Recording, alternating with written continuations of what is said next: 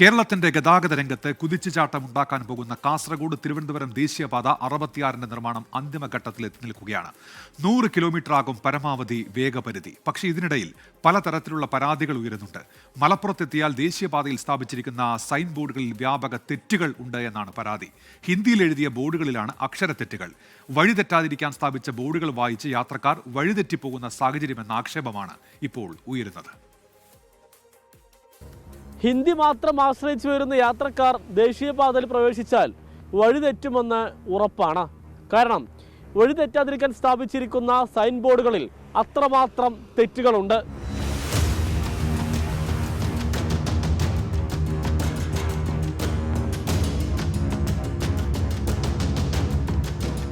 അക്ഷരത്തെറ്റുകളില്ലാത്ത ബോർഡുകൾ വിരളമാണ്.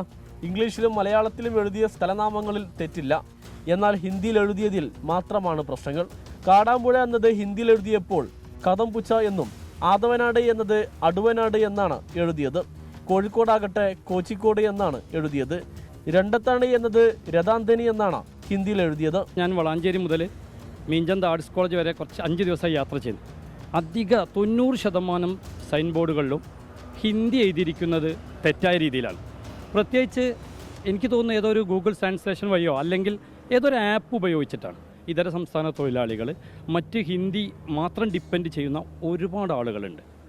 അവർക്ക് ഇപ്പോൾ കാടാമ്പുഴ എന്നുള്ളൊരു ഏറ്റവും ഫേമസ് ആയ ആ ഒരു ഇത് എഴുതിയിരിക്കുന്നത് കദംപുച്ച എന്നാണ്. എത്രമാത്രം അത് മിസ്ലീഡ് ചെയ്യപ്പെടുകയാണ്. ചെറിയ തെറ്റുകളുള്ള ബോർഡുകൾ വേറെയുമുണ്ട്. ഇതര സംസ്ഥാനങ്ങളിൽ നിന്നും വരുന്ന പ്രധാനമായും ഹിന്ദി മാത്രം ആശ്രയിക്കുന്ന യാത്രക്കാരെയാണ് ഈ സൈൻ ബോർഡുകൾ വഴിപിഴപ്പിക്കുക. ഹിന്ദി ഭാഷയെ അവഹേളിക്കലാണ് ഇതെന്നും ആക്ഷേപം ഉയർന്നുണ്ട്. തെറ്റുകൾ ശ്രദ്ധയിൽപ്പെട്ടുവെന്നും തിരുത്തുമെന്നുമാണ് ദേശീയപാത അധികൃതരുടെ വിശദീകരണം. മലപ്പുറം ജില്ലയിലെ ചുരുക്കം കിലോമീറ്റർ മാത്രം സഞ്ചരിച്ചാൽ കാണാവുന്ന തെറ്റുകളാണിത്. മറ്റുള്ള ഇടങ്ങളിലും സമാനമായ പ്രശ്നങ്ങൾ നിലനിൽക്കുന്നുണ്ട്.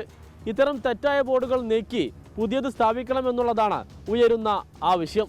ക്യാമറാമാൻ അബിദ് കല്ലയ്ക്കൊപ്പം സമീർ ബിൻ കരീം, 24 തിരൂർ. പൊതുജനം കഴുതയല്ല സാർ.